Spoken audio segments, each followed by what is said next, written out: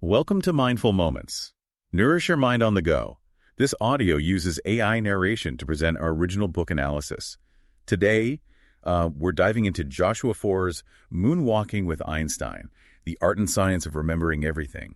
It all starts with the journalist Joshua Foer covering the U.S. Memory Championship. Talk about a unique beat. But Foer goes beyond reporting. He becomes captivated by these mental athletes, these memory champions, and their extraordinary abilities. He actually embarks on a year-long journey to train his own memory, culminating in him competing in the championship himself. I'm curious, what did you find most surprising about Foer's journey into the world of memory? Well, one of the first things that struck me was Foer's debunking of the myth of photographic memory. You know, that idea that some people are just born with this superhuman ability to remember everything perfectly? He discovers through his interactions with memory champions, even the most renowned ones, that photographic memory, as it's popularly conceived, simply doesn't exist. Yeah, the book really dives into that. Foer talks about Ed Cook, a top memory competitor, who dismisses the notion of photographic memory entirely. Cook argues that everyone has an average memory. But with the right techniques, we can unlock its true potential. It's like we're all walking around with these incredible mental muscles that we just haven't learned to flex properly. That's a great analogy. And the case of S really drives that point home. This was a man studied by a Russian neuropsychologist, A.R. Luria. S had this almost unbelievable ability to recall vast amounts of information seemingly without any effort. Luria documented his abilities in detail, and it's captivating. S could remember long lists of words, numbers, even abstract concepts years after he'd been exposed to them. I was amazed by S's story. But here's the thing. S himself considered his memory to be average. He didn't see himself as having any special gift. What fascinated researchers was that structurally his brain wasn't any different from the average person's. This really challenges the notion that some people are just born with superior brains. Right, so then the question becomes, what sets memory champions apart? What are they doing differently? Foer explores this through the work of Eleanor McGuire, a neuroscientist who studied the brains of memory athletes using brain imaging technology. And McGuire's findings were really surprising, weren't they?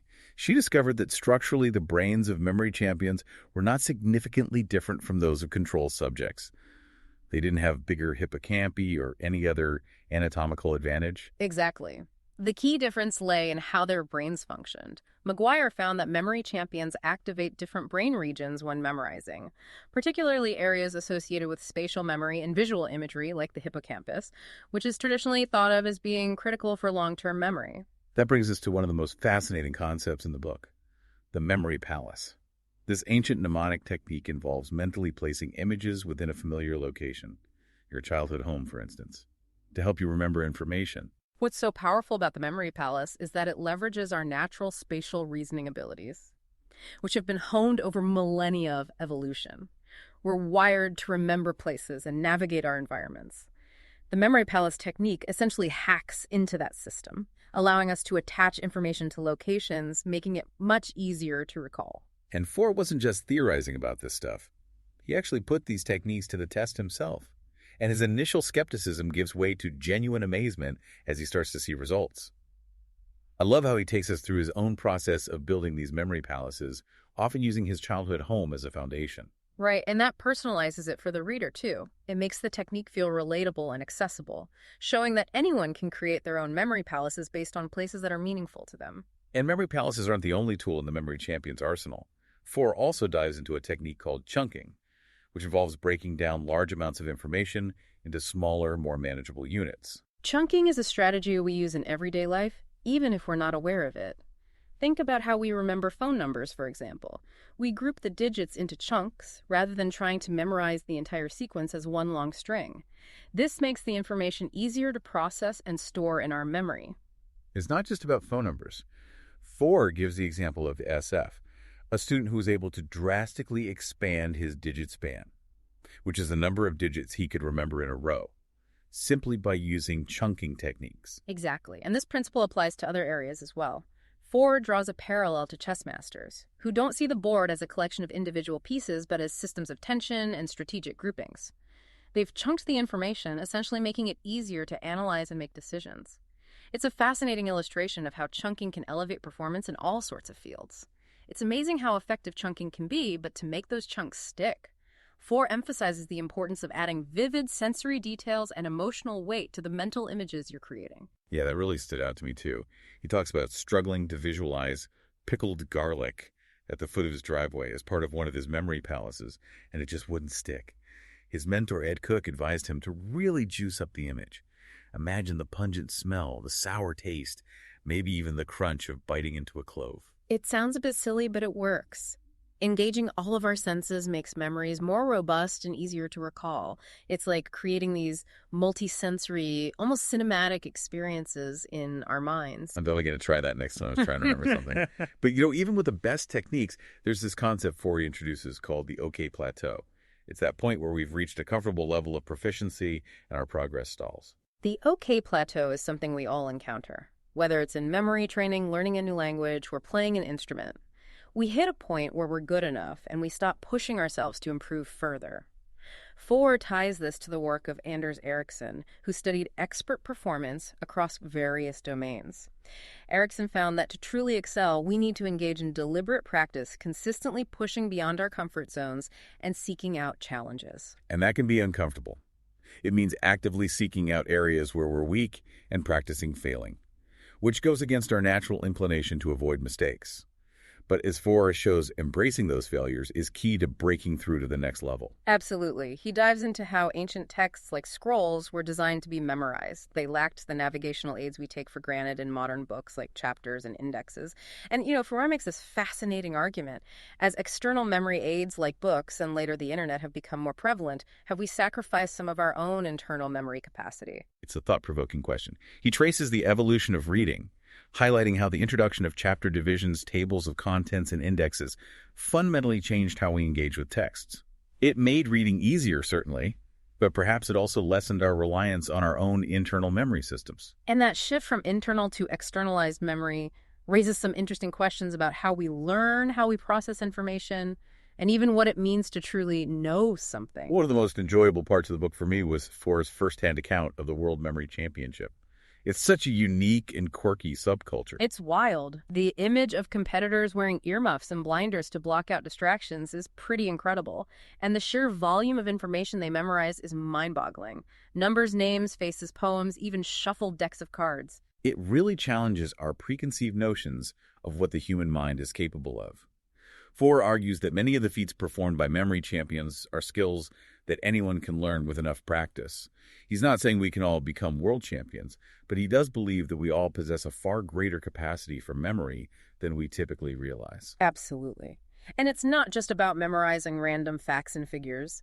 Memory techniques can be applied to all sorts of things, like learning languages, remembering names, even giving speeches.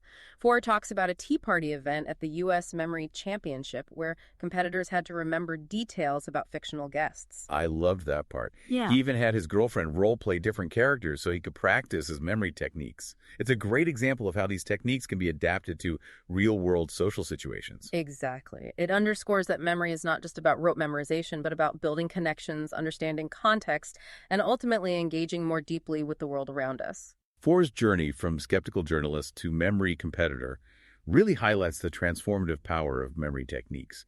It's inspiring to see him push his own limits and prove that even someone who considered himself to have an average memory could achieve remarkable things with the right training.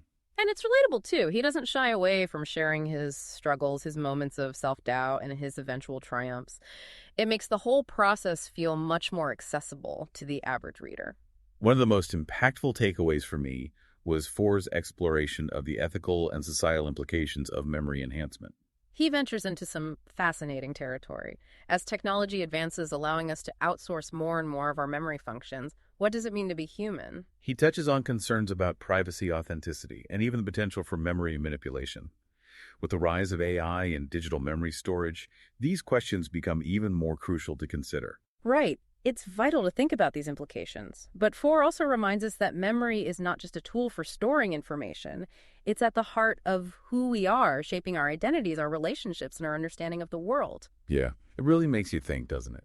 And Foer writes in such a captivating way, weaving together history, science, personal anecdotes, philosophical reflections. It's not just a dry academic book about memory. It's relatable, engaging, and even funny at times. Definitely. He explains these complex concepts and techniques and breaks them down, makes them feel achievable, you know? I especially enjoyed the PAO system, the person action object technique for numbers. Yeah. He makes it so clear and gives such vivid examples that it almost seems easy. The PAA system is brilliant. It just uses our natural ability to remember images and stories. Instead of remembering a string of digits, you just create these bizarre little mental movies, which are way more memorable. Right. It's like giving numbers personalities and putting them in action. What I appreciate, though, is that he doesn't just throw these techniques at you. He explains why they work, connecting them to how memory works scientifically. Exactly. Practical but grounded in science. You get the tools and the understanding to improve your own memory. Moonwalking with Einstein really opened my eyes to the fact that memory isn't this fixed capacity. It's more like a muscle that we can train and strengthen. It is empowering to think that we have more control over our memories than we think, especially now with all the distractions and information overload. Absolutely. Foer reminds us that memory isn't just about storing information. It's about shaping our identities, understanding the world, and connecting with others on a deeper level. And as we depend more and more on our phones and the internet, it's even more important to cultivate those internal memory skills. I agree. This book is a must-read for anyone who wants to understand the potential of their own mind and learn how to actually improve their memory. It's a fascinating journey. Couldn't agree more. It can really change how you think about memory. If you want to start your own memory adventure, definitely pick up a copy of Moonwalking with Einstein. There's a link to purchase the book in the show notes. And make sure to subscribe to our channel for more deep dives into fascinating topics. Thanks for joining us.